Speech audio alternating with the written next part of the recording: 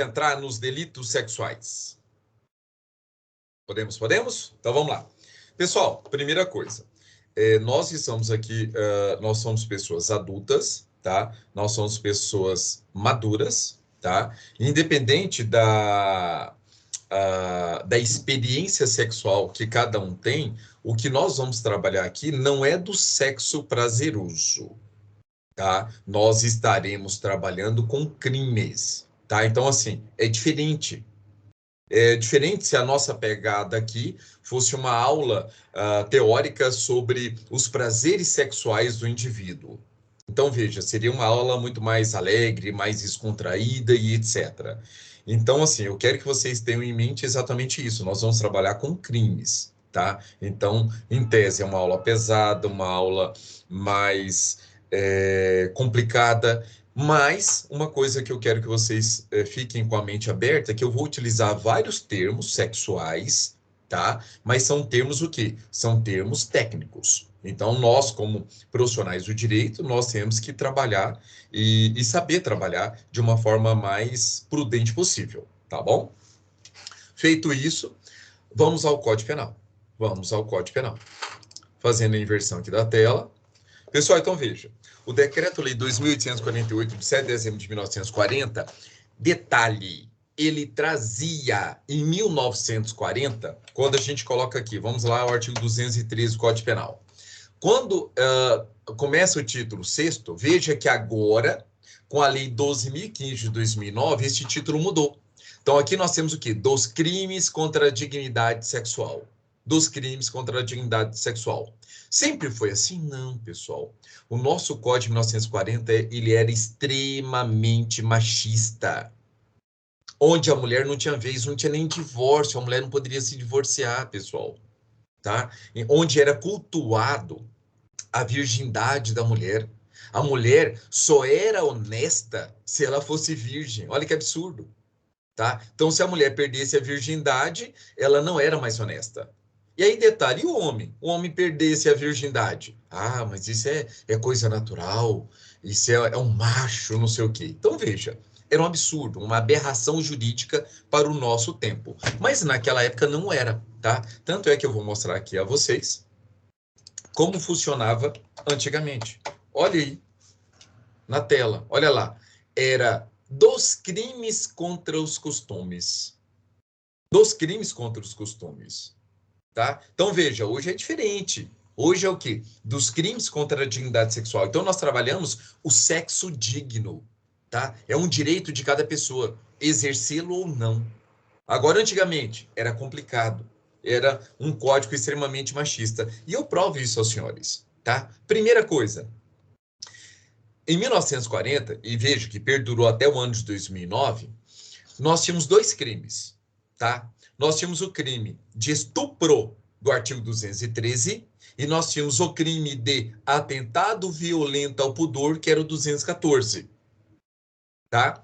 Então, assim, para vocês, antes de adentrar a essas diferenças, vamos trabalhar o machismo da época. Olha só o artigo 215. Posse sexual mediante fraude. Posse sexual mediante fraude. Olha o preceito primário como era. Ter conjunção carnal com mulher honesta, mediante fraude. Então, se eu utilizasse de fraude para uma mulher que não era mais virgem, não era crime, pessoal. Não era mais crime. Então, assim, olha a aberração jurídica. Outra situação, olha o artigo 216, atentado ao pudor mediante fraude. Induzir mulher honesta. Então, o atentado pudor naquela época só era possível também mediante fraude se a mulher fosse virgem. Outra situação, olha o crime de sedução. Seduzir mulher virgem. Olha que absurdo. Seduzir mulher virgem, menor de 18 anos e maior de 14 anos, a ter com ela conjunção carnal, aproveitando-se da sua inexperiência ou justificável confiança. Então, se a mulher tem entre 14 e 18 anos, só que ela já tem uma certa experiência sexual, suponhamos uma experiência extremamente mal sucedida, Ou até suponhamos que ela tenha perdido a virgindade por qualquer outro meio, um acidente, por exemplo, doméstico, tá? Ela não era mais virgem e ela foi seduzida e não era mais crime. Então veja o tanto de carga pejorativa que tinha nesses artigos que perduraram até o ano de 2009, até o ano de 2009, tá? Mas tudo isso acabou, tá? Pois bem, houve uma evolução bem interessante do nosso legislador. Então, isso é plausível. Agora, vamos avançar. Vamos avançar. Naquela época, dos crimes contra os costumes, naquela época, antes de 2009, nós tínhamos dois crimes, o crime de estupro e o crime de atentado violento ao pudor. Deixa eu diminuir aqui a tela para a gente colocar tudo num só. Só um momento. Opa. Aqui. Olha só. Vamos lá. Pessoal, olha a dicção do artigo 213. Vamos estudar a 214 e depois a gente volta para a nossa realidade. Então, vamos lá. Artigo 213. Constranger alguém, mediante violência ou grave ameaça, a ter conjunção carnal ou prática... desculpe, esse é atual. Vamos lá. 213 é o antigo. Aqui, ó. Constranger mulher a conjunção carnal mediante violência ou grave ameaça. Então, veja que entre 1940 até o ano de 2009, o crime de estupro ele era considerado bipróprio. Ou seja, existia uma qualidade especial para o criminoso, para o sujeito ativo, e exigia-se uma qualidade especial para o sujeito passivo, tá? Então, o criminoso só poderia ser homem e o sujeito passivo só podia ser mulher. Então, pressupunha uma relação heterossexual, tá? Então, constranger mulher é conjunção carnal. O que é conjunção carnal, pessoal? É a introdução, mesmo que parcial, do órgão peniano na cavidade vaginal, tá? Isso é conjunção carnal. Então, na época, até 2009, o estupro, ele era bipróprio. Ele era bipróprio, tá? Então, não esqueçam dessa informação. Ele era bipróprio. Vamos lá, quase não está saindo. Olha o 214. Atentado violento ao pudor. O que era atentado violento ao pudor? Constranger alguém. Então, veja que aqui já há uma indeterminação do sujeito, tá? Ali no artigo 213, a vítima é mulher. Aqui no artigo 214, veja, é qualquer outra pessoa, tá? Ou melhor, desculpa, qualquer outra pessoa não. É qualquer pessoa. Então, no 214 é qualquer pessoa. Pode ser tanto homem como pode ser mulher, tá? Então, veja, constranger alguém mediante violência ou grave ameaça a praticar ou permitir que com ele se pratique ato libidinoso diverso da condição carnal. Ato libidinoso diverso da condição carnal. Então, veja que o 214, ele dava o nome de atentado violento ao pudor, qualquer ato sexual feito mediante violência ou grave ameaça que não fosse a cópula vagínica. Que não fosse a cópula vagínica, tá? Então, se fosse só a cópula vagínica, 213, mediante violência ou grave ameaça. Se não houvesse, se fosse qualquer outro ato, artigo 214, atentado violento ao pudor. Tá bom? Certinho? Vamos lá. Vamos voltar ao nosso tempo atual. No ano de 2009, a Lei 12.015 muda esse título 6º do Código Penal. Tá? Então, veja que antes era crimes contra os costumes e agora é dos crimes contra a dignidade sexual. E o primeiro capítulo trata exatamente da liberdade sexual. Trata exatamente da liberdade sexual. Pois bem, mas veja, pessoal, essa lei, ela revogou o artigo 214, olha lá. Revogado pela Lei 12.015/2009. Quando a gente, olha que interessante, quando a gente fala que houve uma revogação, é porque aquele artigo saiu do mundo jurídico. Ele saiu do mundo jurídico. E aí, tanto é que é uma das perguntas que eu faço a vocês. Realmente houve revogação do atentado violento ao pudor? Tá? Então, hoje, imagine o criminoso que, usando de violência ou grave ameaça, faça introdução anal na vítima. Pergunta aos senhores, isso é crime? Ou não? Não. A Lei 12.015 revogou esse tipo de atentado violento ao pudor. Então, veja, a primeira resposta que os senhores farão é a seguinte: não houve revogação propriamente dita do crime de atentado violento ao pudor. Não houve. O que houve, pessoal? E aqui eu quero que vocês pensem comigo. O que aconteceu? Imagine duas casas, tá? Duas casas estilo containers. Então, eu tenho uma aqui, o número dessa casa é 213 e essa casa é 214, tá? Aí veja, o que aconteceu? Juntou. Houve uma... Olha o nome que a OAB gosta que vocês escrevam na prova, tá? Ela vai ser avaliada. Se vocês colocarem desse jeito, vocês vão ganhar pontuação. Então, o que aconteceu? Não houve uma revogação técnica do crime de atentado violento ao pudor. O que aconteceu? Uma mudança geográfica do tipo. Então, a casinha, o atentado violento ao pudor, que estava aqui no número 214, ele foi içado e veio e colocou em cima do 213. E ficou só com o mesmo número do 213. Então, veja, o que aconteceu? Houve uma mudança geográfica do atentado violento ao pudor. O atentado violento ao pudor estava no 214, aquela conduta descrita no artigo 214, ele saiu e juntou com 213, e agora sobre a nova rubrica de estupro. Então, tudo agora virou estupro. Tá? Então, olha a primeira palavrinha, mudança geográfica do tipo. É só você lembrar duas casas. Então, nos Estados Unidos acontece muito disso. Eles fazem casas numa base removível. Numa base, tanto é que vocês viram que esse ano eles removeram uma casa lá em Nova York, em New York, ao custo, acho que mais de R$ 200.000, só essa mudança. Tirou ela de um local e levou para o outro. Tá? O que é isso? Mudança geográfica do tipo. Então, o que era a conduta do 214, o 214 foi revogado, o artigo 214 foi revogado, mas a conduta descrita no 214 não. Ela saiu do 214 e está agora no 213. Tá bom? Vamos lê-lo. Vamos lê-lo. Vamos lá, na tela. Primeira coisa. Pessoal, olha o nome agora. A rubrica marginal do crime do artigo 213 recebe a nomenclatura de quê? Estupro. Então, essa parte em negrito aí, que está na tela e que está no vade-mecum dos senhores, é o que nós chamamos de rubrica marginal.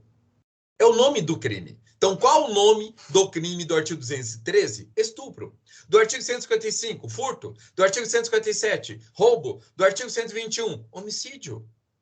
Então, rubrica marginal nada mais é do que o nome do crime. Então, beleza. Então, 213 é estupro. Pois bem, olha o que diz o preceito primário. Então, o preceito primário desta lei penal incriminadora prevista no artigo 213 descreve as seguintes condutas: constranger alguém, lembra do crime do artigo 146, tá? Constrangimento legal. Constranger alguém mediante violência ou ameaça. Olha o crime de ameaça ali no artigo 147 do Código Penal. Então, podemos falar que esse é um crime misto, junção de dois crimes, tá? 146 e 147.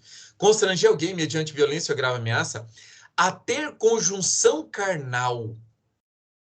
A ter conjunção carnal. Então, lembre-se, pessoal, sexo é uma das melhores dádivas que nós recebemos do nosso Criador.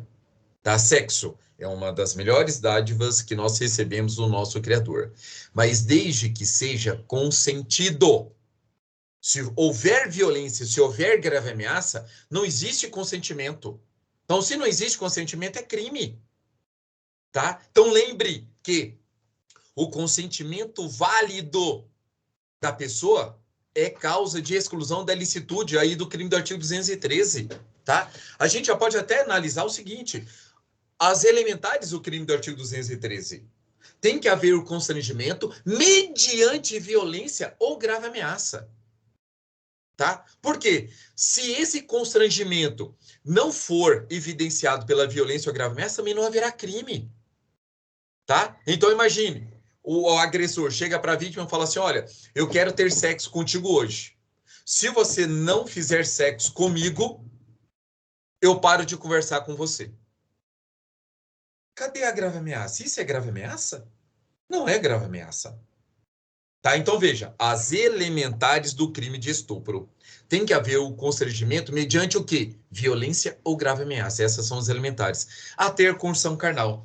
Nós já sabemos que conjunção carnal é exatamente o quê? A cópula vagínica, tá? A introdução mesca e parcial do órgão peniano na cavidade vaginal, ok? Isso é conjunção carnal. E olha que detalhe interessante no artigo 213. O verbo começa o quê? Constranger alguém. Não existe mais constranger mulher. Então houve essa mudança. Antigamente, o tipo ele era bipróprio. Hoje ele é um tipo bicomum. Tanto o sujeito ativo como o sujeito passivo pode ser homem, pode ser mulher.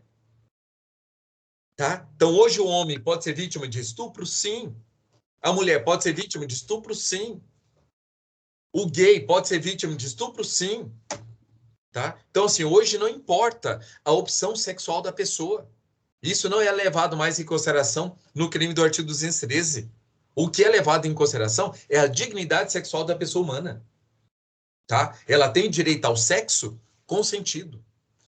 Então, vamos lá. Constranger alguém mediante violência ou grave ameaça a ter condição carnal. Essa é a modalidade antiga, né, do 213, tá? Com a mudança aí do alguém, que antes era mulher e agora pode ser qualquer pessoa.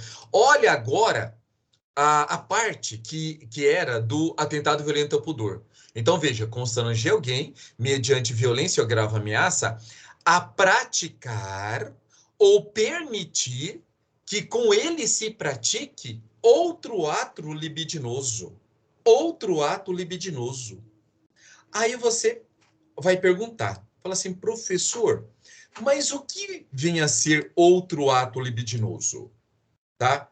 O que vem a ser outro ato libidinoso? Pessoal, eu gosto das lições do professor Luiz Regis do Prado, tá? Ele traz algumas situações em que nós podemos encaixar aí em outros atos libidinosos, tá? Então, por exemplo, o professor Luiz Regis do Prado, ele fala felácio ou irrumácio em ore, o cunilingus, o penilingus, o anilingus, tá? Todas essas espécies aí de sexo oral ou bucal, o coito anal, o coito interfêmora, a masturbação, os toques, as apalpadelas com significação sexual no corpo, diretamente ali da vítima, né? Nessas regiões públicas ali da vítima, como as genitálias, como os seios, os membros inferiores, tá? A contemplação lasciva, os contatos voluptuosos, o uso de dedos ou instrumentos corporais,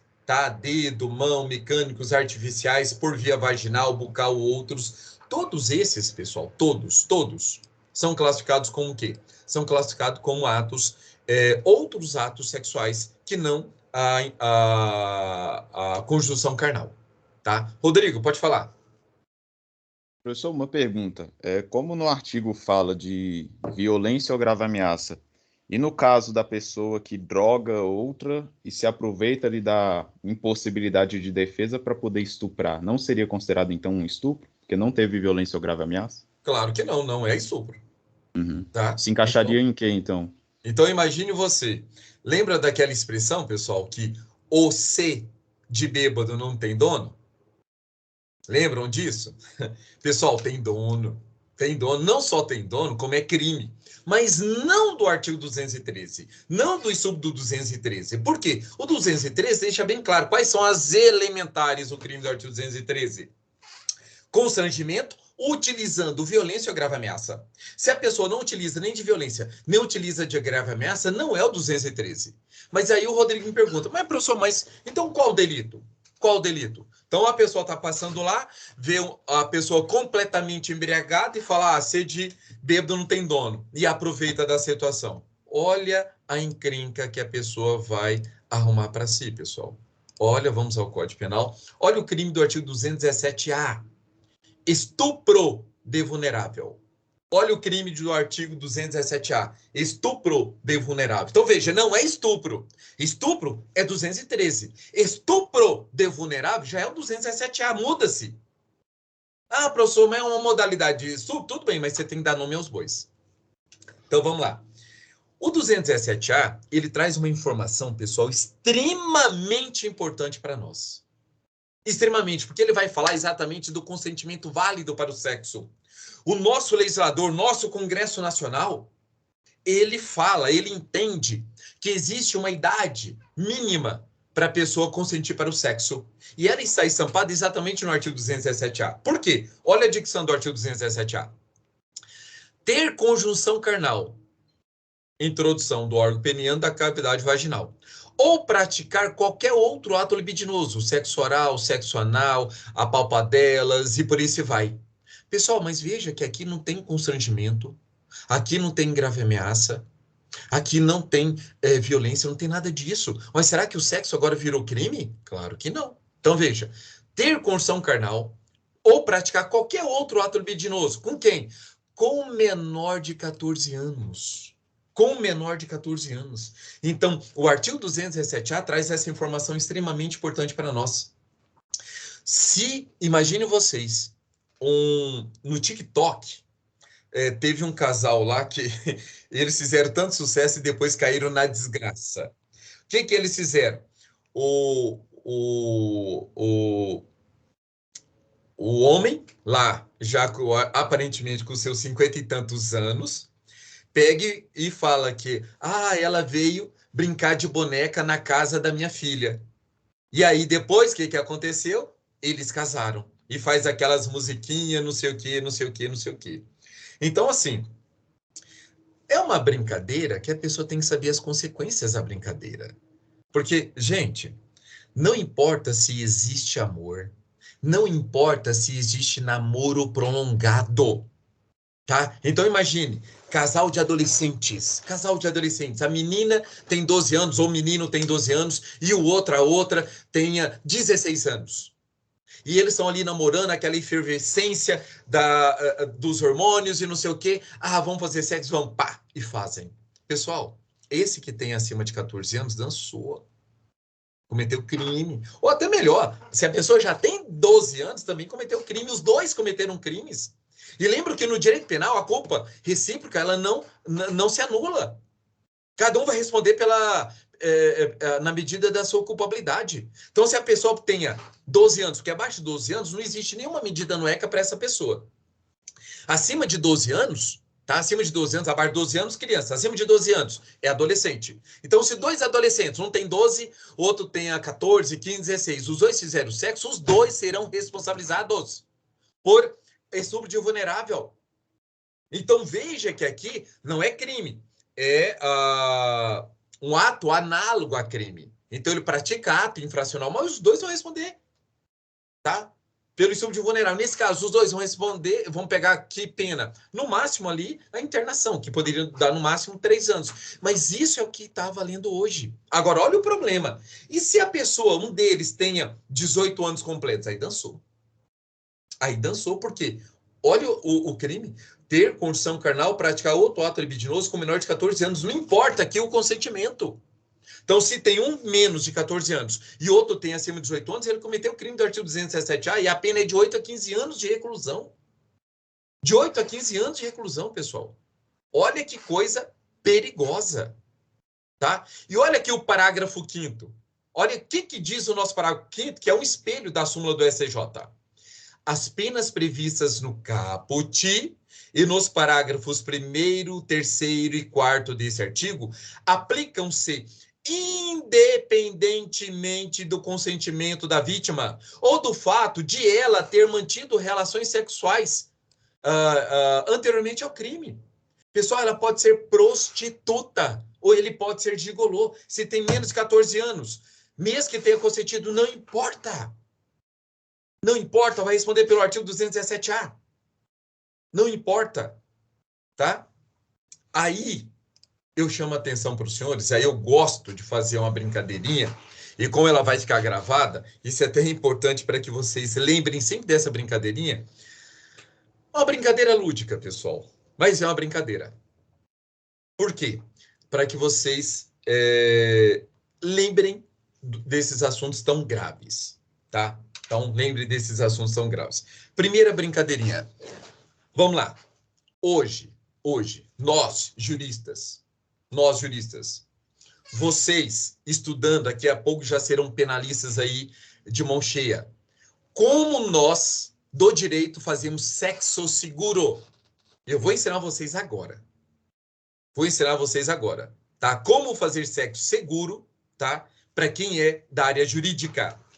Vocês acham que eu vou pegar uma banana, pegar uma camisinha e colocar nessa banana? Nada disso, isso é coisa do passado, isso é coisa dos nossos pais, tá? Isso não é sexo seguro para quem é do direito, tá? Para quem é do direito, olha só o instrumento que nós utilizamos para fazer um sexo seguro.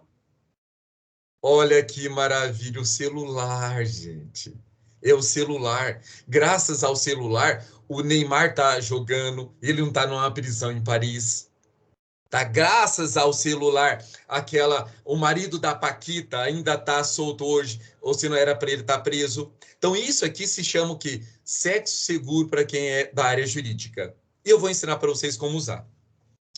Para quem é solteiro, como é que vocês vão fazer sexo seguro para quem é solteiro? Chegam numa balada, porque isso já foi explorado pela OAB. Tá? A pessoa foi numa balada, chegou lá na balada, encontrou uma pessoa numa boate, gostou da pessoa e hoje, né, não é igual à minha época que você tinha que demorar quase uns 2 meses para conquistar a pessoa para dar um beijo. Hoje você chega, ó, vamos transar? Bora. Nem pergunta o nome, tá? Mas da área jurídica é diferente. Para não acontecer o que aconteceu na prova da OAB. O que vocês vão fazer? Pega o celular, chama a pessoa, fulano, gostei de você. Vamos fazer um videozinho aqui para deixar registrado, porque eu sou estudante de direito, fala de jeito. Sou estudante de direito, a pessoa, uau, que legal. Aí você pega o celular e fala assim, ó, vamos fazer sexo? Aí a pessoa vai ficar assim, bora. Então, beleza. Aí você vai perguntar para ela, é uma sequência de perguntas. Sexo seguro, até mesmo por causa dos 50 tons de cinza. Tá? Sexo seguro, vamos lá. Olha só, você já concordou que nós vamos fazer sexo. Segunda pergunta, existe limite na nossa atividade sexual? Se sim, você me fala. Se não, se entre 4 paredes tudo é válido, então tá beleza. A pessoa vai responder. Segunda pergunta respondida. Terceira pergunta para um sexo seguro. Você vai chegar para a pessoa e perguntar, ó, eu não preciso saber o seu nome. Eu não preciso, mas eu preciso saber a sua idade. Aí as mulheres já ficam revoltadas, hein? Calma, é porque eu sou estudante de direito. Eu preciso saber que você tenha mais 18 anos. Você pode até mentir para mim, mas se você falar que tem 18 anos, amanhã, ou desculpe, 18 não, 14 anos. Se você me fala, não precisa nem mostrar a sua identidade, mas se você me fala que você é maior de 14 anos, ficando registrado, eu já não vou ser responsabilizado por estupro vulnerável do artigo 217-A. Tá? Você não precisa falar exatamente a sua idade, mas você é maior de 14 anos? Sou. Ah, então tá beleza. Por quê? Se amanhã eu for processado, eu mostro esse vídeo falando que eu perguntei para você e você falou que era maior de 14 anos. E se alguém me processar, eu falo que é erro de tipo. Tá? Artigo 20 do Código Penal. Eu achei que a pessoa estava falando a verdade. Tá? Então, beleza. Nós estamos na terceira. Quarta pergunta, é a mais complicada. Quarta pergunta. Depois que a pessoa responde isso, você vai perguntar, olha, não me leve a mal, mas é porque eu sou um bom estudante de direito e eu quero ser um bom criminalista. Eu não quero ser criminoso, tá? Você é prostituta? Você é gigolô? Por quê? Se a pessoa tiver entre 14 e 18 anos, e se você pratica ato sexual com uma pessoa entre 14 e 18 anos, você está favorecendo a prostituição, que é um crime hediondo que está no artigo 218b. Está no artigo 218b, vamos lá. Vocês acham que é brincadeira? Não é, não. Não é mesmo. Vamos ao crime do artigo 218b. E é classificado como crime hediondo. Olha lá. Favorecimento da prostituição, outra forma de exploração sexual de criança ou adolescente ou de vulnerável. Olha o artigo 208b. submeter, induzir ou atrair à prostituição, outra forma de exploração sexual, alguém menor de 18 anos, ou que, por enfermidade ou deficiência mental, não tem o necessário discernimento para a prática do ato, ou facilitá-la, impedir ou dificulte que abandone. Mas olha o parágrafo primeiro. Nas mesmas penas incorre quem? Qual a pena, pessoal? De 4 a 10 anos de reclusão. Quem pratica conjunção carnal ou outro ato libidinoso com alguém menor de 18 anos e maior de 14 anos na situação descrita do caput. Então, veja, se você for sair com alguém, você vai fazer essa série de perguntas. E no final, se a pessoa fala, não, eu sou maior de 14, mas eu ainda não tenho 18 anos completos. Aí você vai perguntar, então eu tenho que te perguntar. Você é prostituta ou gigolô? Aí se a pessoa falar que é, aí você vai falar assim, você pode fazer sexo comigo de graça? Porque se for de graça, você não está entrando no artigo 208B. Porque se a pessoa cobrar, aí você entra no artigo 208B. Tá? Pessoal, olha o tanto que é legal fazer sexo seguro, quem é do direito, tá? Tudo bem que se você seguir à risca essas informações, é bem provável que você não vai fazer sexo naquela noite, mas você não vai ser criminoso. Nem nunca, né, professor? Essa hora a pessoa já bateu na outra e já foi embora revoltado, né? Eu acho que antes de chegar na quarta pergunta, a pessoa que está sendo entrevistada já desistiu, quero não. Pessoal, pense o seguinte, numa balada, isso vai soar como inovação. A pessoa, nossa, que cantada diferente. A mulher vai falar que você é um ótimo amante. Agora, Rodrigo, agora veio o problema. Eu ensinei para as pessoas solteiras. Agora eu vou ensinar para as pessoas casadas a fazer sexo seguro. Tá? Quem aqui é casado? Levante a mãozinha aí. Dayana, Nilcilene, quem mais é casado?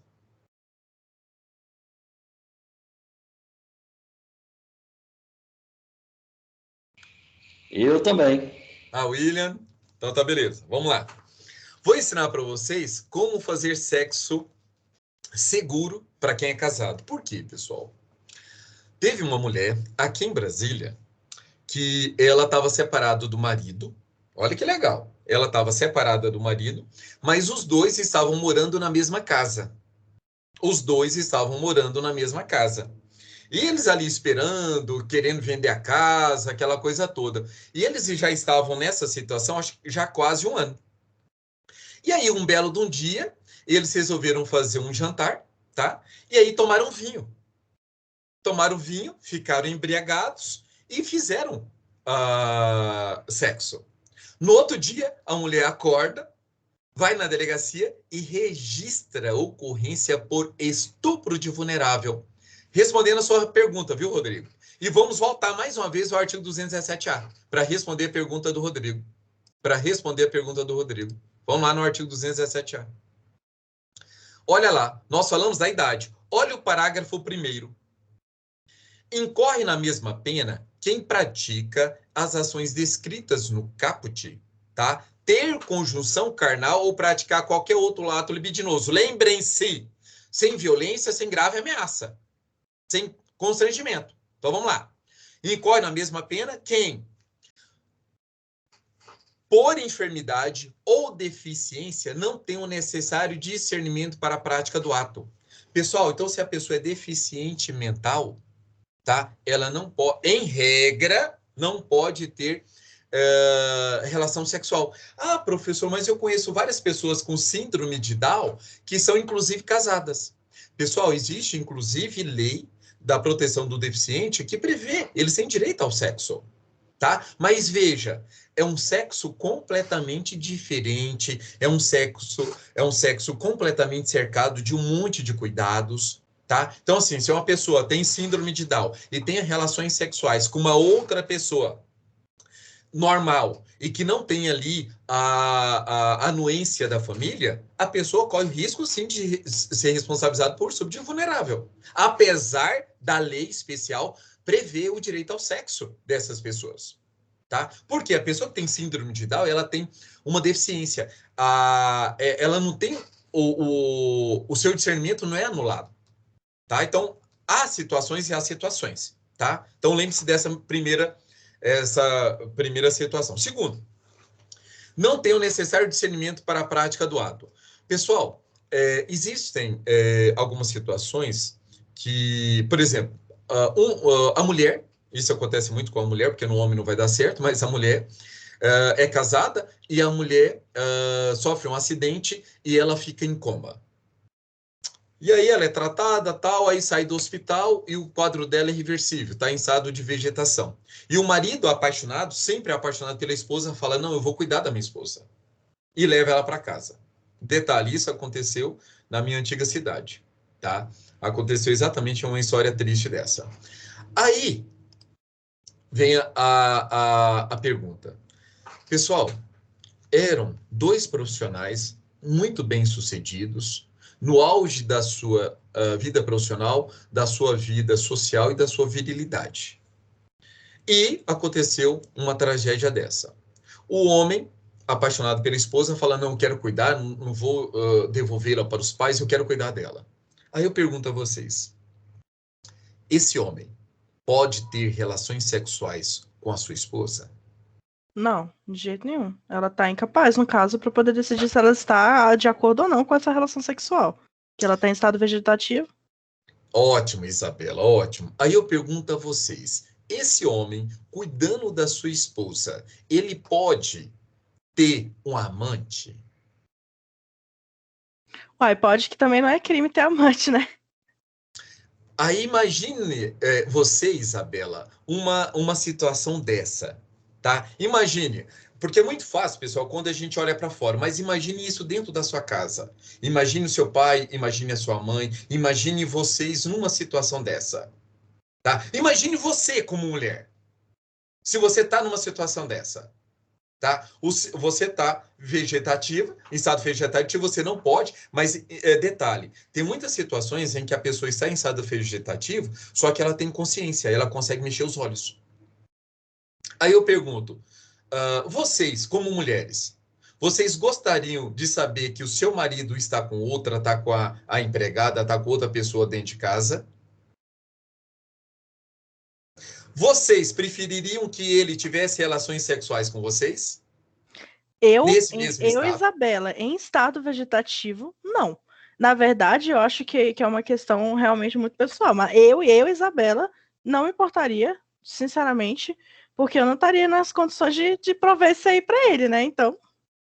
Então, Isabela, eu sou professor de Direito Penal desde o ano 2001 e eu faço essa pergunta aos meus alunos. E você, Isabela, você é solteira, você não é casada. E aí eu vou trazer para ti, não se assuste, o índice.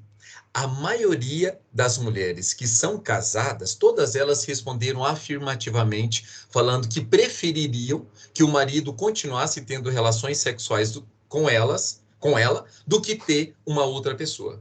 Mas eu não me assusto não, professor, porque a gente vive numa cultura muito, muito, muito machista, qual as próprias mulheres são ensinadas desde cedo de que elas precisam ter medo do marido deixá-las por causa de outra pessoa. Então, mas não, eu tenho certeza que por mais que essas mulheres sejam muitas mulheres que respondam isso, eu duvido muito que sejam muitas dessas que responderam isso, que realmente, de fato, gostariam de que o marido fizesse isso se não tivesse o medo de perdê-lo ou de ele estar com outra pessoa, por exemplo. Uhum.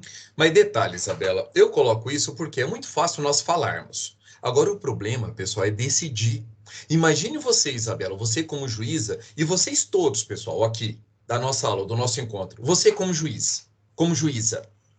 Já imaginou se, suponhamos, um caso igual eu estou noticiando para vocês? O marido, apaixonado pela esposa, não quis que ninguém cuidasse dela, falou, não, eu vou cuidar dela. E assim, nós sabemos que o ser humano possui desejos. Isso é coisa da nossa origem, é da nossa formação, é coisa do nosso DNA. E aí imagine esse marido que acaba tendo relações sexuais e suponhamos que alguém presencie, fique sabendo, leva isso para a autoridade policial. Imagine, você como juiz, você como juíza, você mandaria esse homem para a cadeia para cumprir uma pena de 8 a 15 anos de reclusão? E aí? O homem que, no caso, ele teria relações sexuais com uma mulher que está... Com a esposa sem dúvida nenhuma, eu, como juíza, mandava pra cadeia mesmo e não tava nem aí. Eu, Isabela, como juíza, mas eu sou mulher e eu já vi situações XY, acho que é pessoal também, né? Porque, no fim das contas, eu não sou juíza e eu também nunca fui casada. Nem sou, então... A questão, pessoal, é que eu coloco isso para vocês, porque assim, para vocês só analisarem como é difícil a arte de julgar. Porque é muito fácil quando a gente não está vivenciando aquilo. Então é muito fácil. Que aí você se torna uma pessoa fria, vou aplicar a literalidade da lei. Mas, gente, quando a gente passa para os casos reais, há situações muito complexas. Imagine. Não, e vamos piorar ainda mais a situação. Imagine que essa mulher não tenha ninguém para cuidar dela. Ela tem simplesmente um homem para que cuide dela. Eles eram apaixonados, tinham uma vida sexual extremamente ativa, tal, etc, etc. E agora ela vai perder a única pessoa que cuidava dela muito bem. Então, assim, é só para mostrar para vocês que é complicado. Agora vamos para um outro lado, que esse sim, isso acontece para caramba. E isso foi até uma aluna que, em sala de aula, aula presencial, ela relatou a gente. E aí, respondendo exatamente a pergunta aí do Rodrigo. Ela relatou, a pergunta foi exatamente essa. Pessoal, imagine vocês vão para uma balada, comemorar um aniversário, alguma coisa assim. E chegam lá, bebem pra caramba, ou não sei o que, e chegam em casa completamente embriagados, aquela vontade doida para dormir.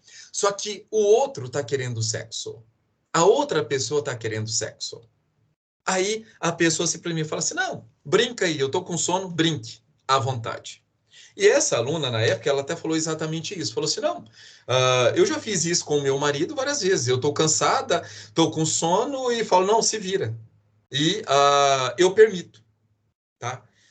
Rodrigo, o artigo 217-A, aí eu vou colocar mais uma vez no Código Penal, para mostrar a vocês o tanto que isso é complicado. Olha a parte final do artigo 217-A, parágrafo 1º.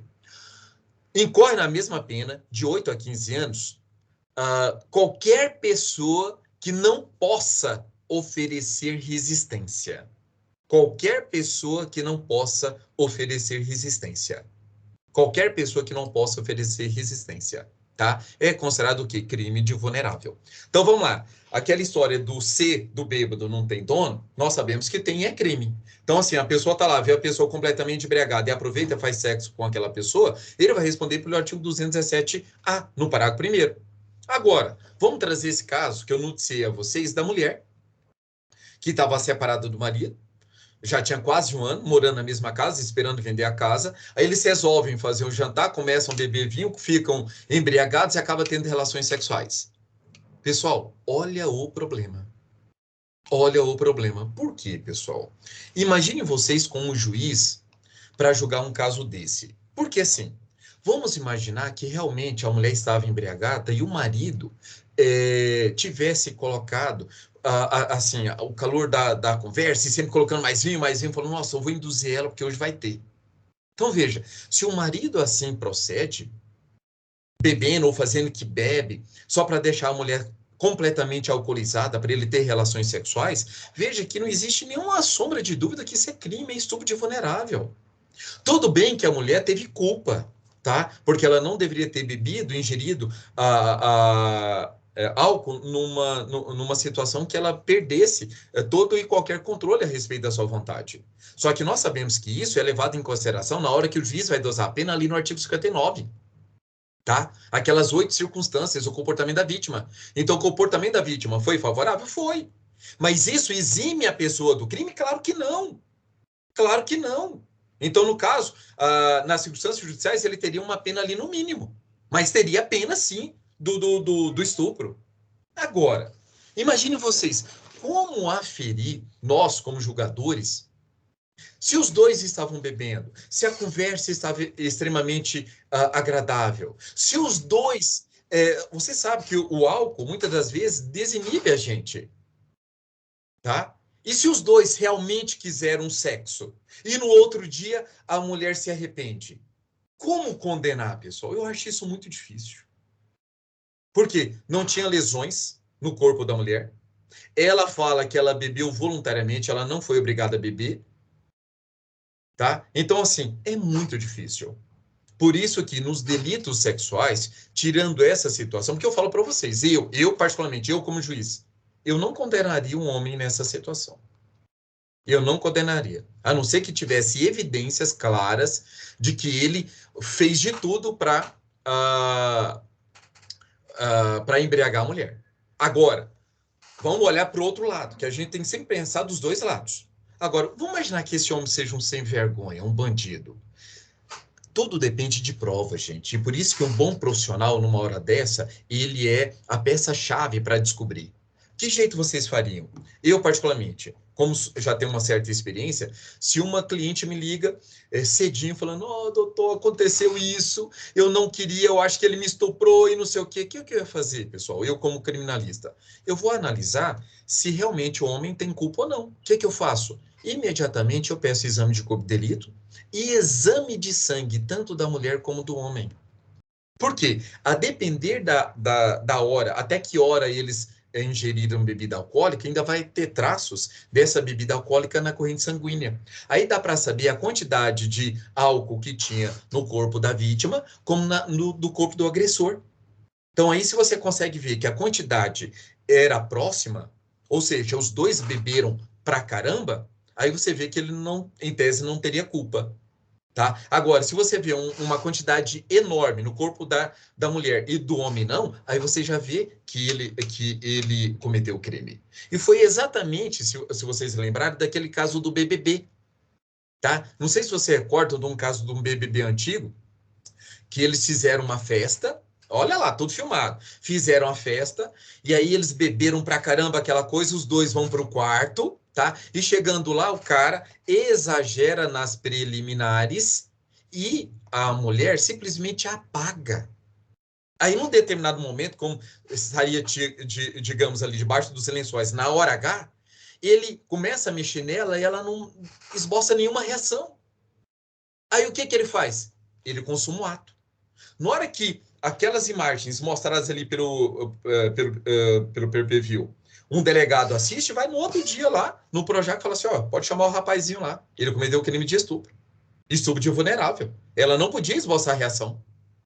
E aí, aquele corre lá e não sei o que, e se foi e não foi, ele vai ouvir a modelo, e a modelo fala, não sabemos se foi um acordo costurado ali debaixo dos panos, mas o que foi divulgado é que ela pegou e falou, não, eu estava sentindo absolutamente tudo, mas estava completamente embriagado, deixei só ele brincar porque eu não tinha condição, mas eu sabia e eu deixei. Então, se eu sabia e eu deixei, aí acabou, não existe crime de vulnerável. Tá bom? William, pode falar, William. No caso aí do marido com a esposa aí na embriaguez, acho que pesa também, através, assim, eu procuraria testemunho de que ele conhecia a fraqueza da esposa na questão da bebida, né? Assim, ele sabia que ela bebendo um pouquinho a mais, ela ficava totalmente vulnerável, e com isso ele se aproveitou desse conhecimento e utilizou. Eu acho que isso aí também pesaria. Tudo é prova, tudo demanda prova.